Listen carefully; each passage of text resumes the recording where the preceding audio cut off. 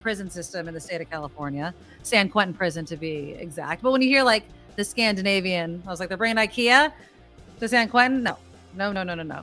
It's kind of the way of looking at it and how prisons are designed and what they do. I've said this many times on the show.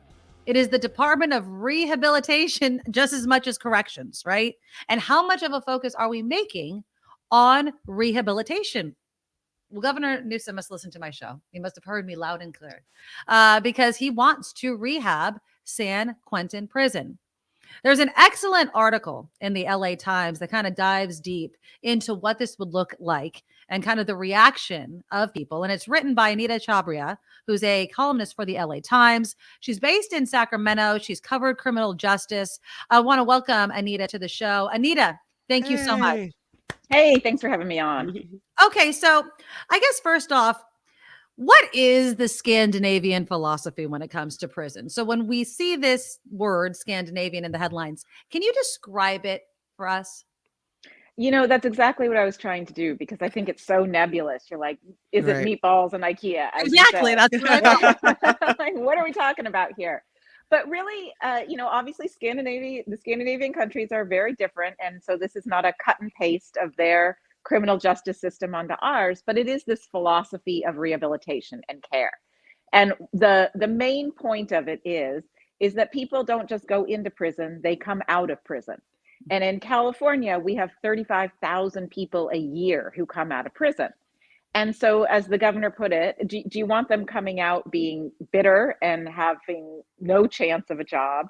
Or do you want them to come out and be good neighbors? Do you want them to be the kind of people who, will water your plants when you're gone and are employed? And so, really, the Scandinavian model, the heart of it is about turning out good neighbors, turning out people who have the opportunity, who have the self-awareness, who have the skills to be the kind of people you don't mind moving in next door. So what does that look like inside prison walls like San Quentin? What kind of things are Governor Newsom thinking about? So, the basics that everyone hears about are, oh, we're going to do job training and that we're going to give them a kitchen and they can cook their own food. So they learn life skills and things like that. But really, more than anything, it comes down to the relationship between the guards and the inmates and the numbers of guards to inmates. So I just came back from a prison in Pennsylvania where they're using this model. And in the regular ward, even like the honor dorms and sort of the highest level you can get to there, it's 128 inmates to one guard. So that's a single guard who's responsible for not just keeping control, but, seeing who's on the phone, who has to go to this session. Just imagine trying to keep track of 128 people in one day in a prison or not. That's Impossible. A lot. Yeah. Impossible, right? So there's no relationship there. And the rules are there's not supposed to be a relationship there. There's, you listen to the guard, it's a one-way communication thing. Under the Scandinavian model, all that's out the door. So the role of the guard is transformed into a mentor, basically. Yes, they're there to keep control. No, you can't, get away with any breaking of the rules. But their job is to be your mentor and to be your point person to navigate through a system of rehabilitation. So in the ward that's the Little Scandinavia in Pennsylvania, there are currently 50 men. It will go up to 64, but there's at any given time, there's 3 or 4 guards in the unit. And each of those guards has been assigned 5 or 6 guys that those are their guys. And that guard is meant to develop a relationship with those men so that they can help them figure out how to get the most out of this time in prison. And to me, that's really the heart of the model, is replacing that like kind of big nebulous control with a relationship that goes both ways. It's better for the guards too, right? Where they can get some help. But are the guards, Anita, trained to do that? I mean, are we talking about taking the prison guards that they currently have and turning them into kind of these mentors and having this relationship? Because I can imagine similar, not exactly the same, but similar to police reform, there are officers and cops and sergeants stuck in their way of doing something and may not be on board. Do we get rid of these people? How would that exactly work? Well, I think that's going to be one of the huge challenges, right? Because you are asking a workforce to learn new skills, but all jobs evolve to a certain extent, right? And right now you're seeing prison guards in crisis. So the governor just said, he just finished his press conference in San Quentin, and he gave the shocking statistic that 10% of the guards in California's workforce have either tried to self-harm or contemplated self-harm. Oh, wow. So imagine working in a profession where 10% of the profession is so stressed out and unhappy that they've contemplated that. You see across the country, prison guards or correctional officers are 39% more likely to commit suicide than all other professions. That's So this awful. it's awful. It's a profession with terrible outcomes for those doing the work. And the guards I spoke with at Chester, who have adopted this new model and who are all in on it, say that one of the biggest benefits is that stress is gone for them. They're not working in a place where, one, they couldn't keep track of everything they were supposed to keep track of, and two, they're afraid of horrible harm happening to them.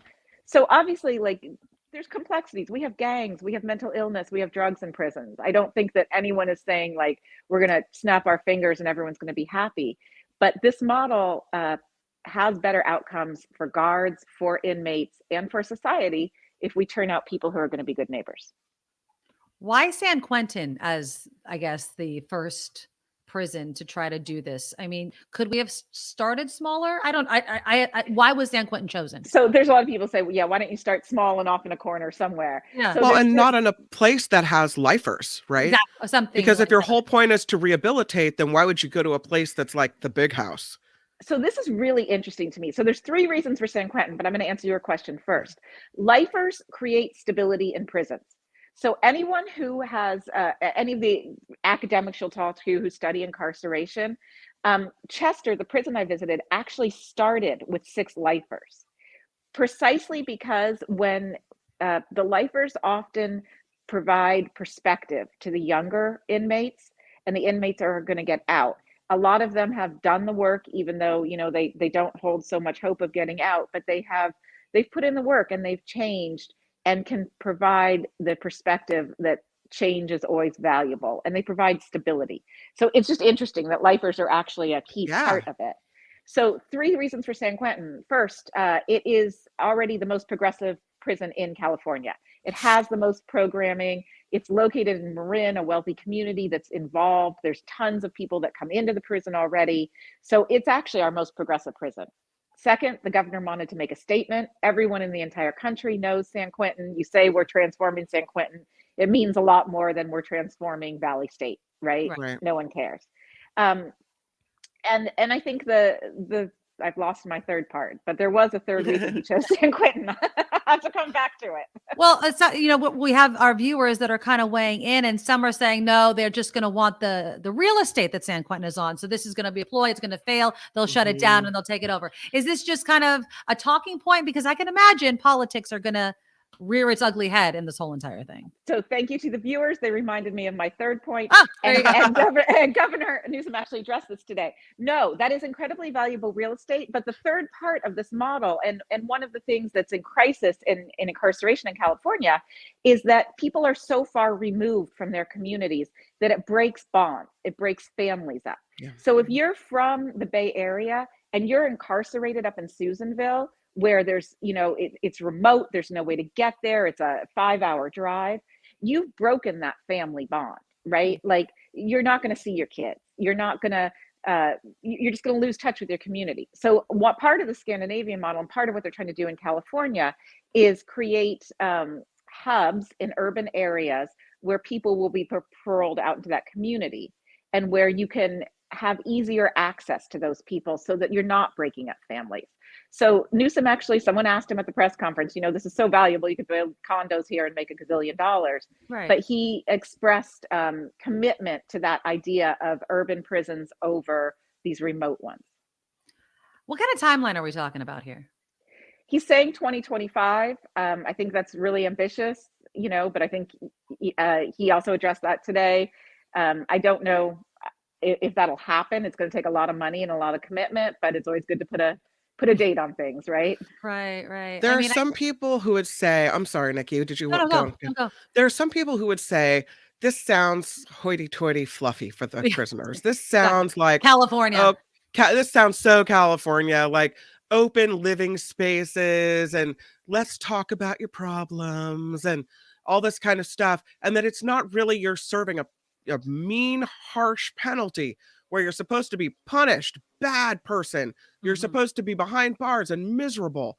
So what would you say to, I mean, I know we talked about the guards and just having, their life be better and more uplifting, but what would you say to people who are concerned that it's an we're going easy on people?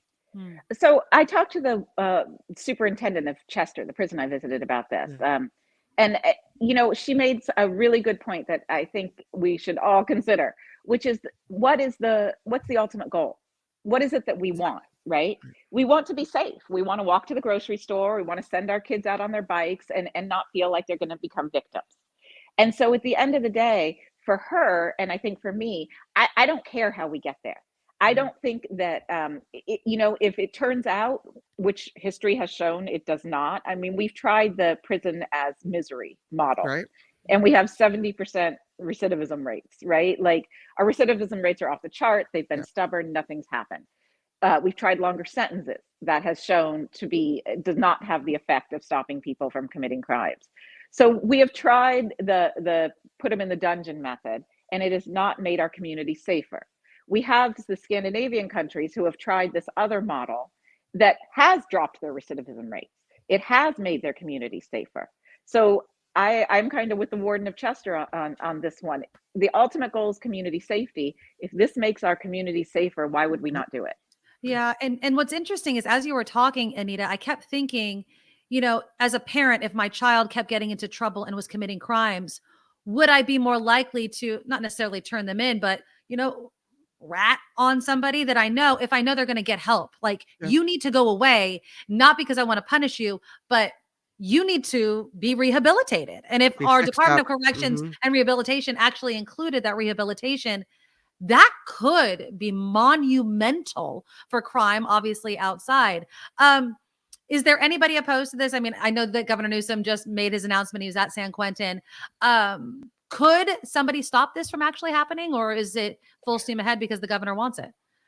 Well, the governor is so obviously the leader of it. It has to go through the legislature. It has to get its money. I would be surprised if the legislature put the brakes on it. It's a $20 million ask, which, in our budget, even in CDCR's budget, is nothing.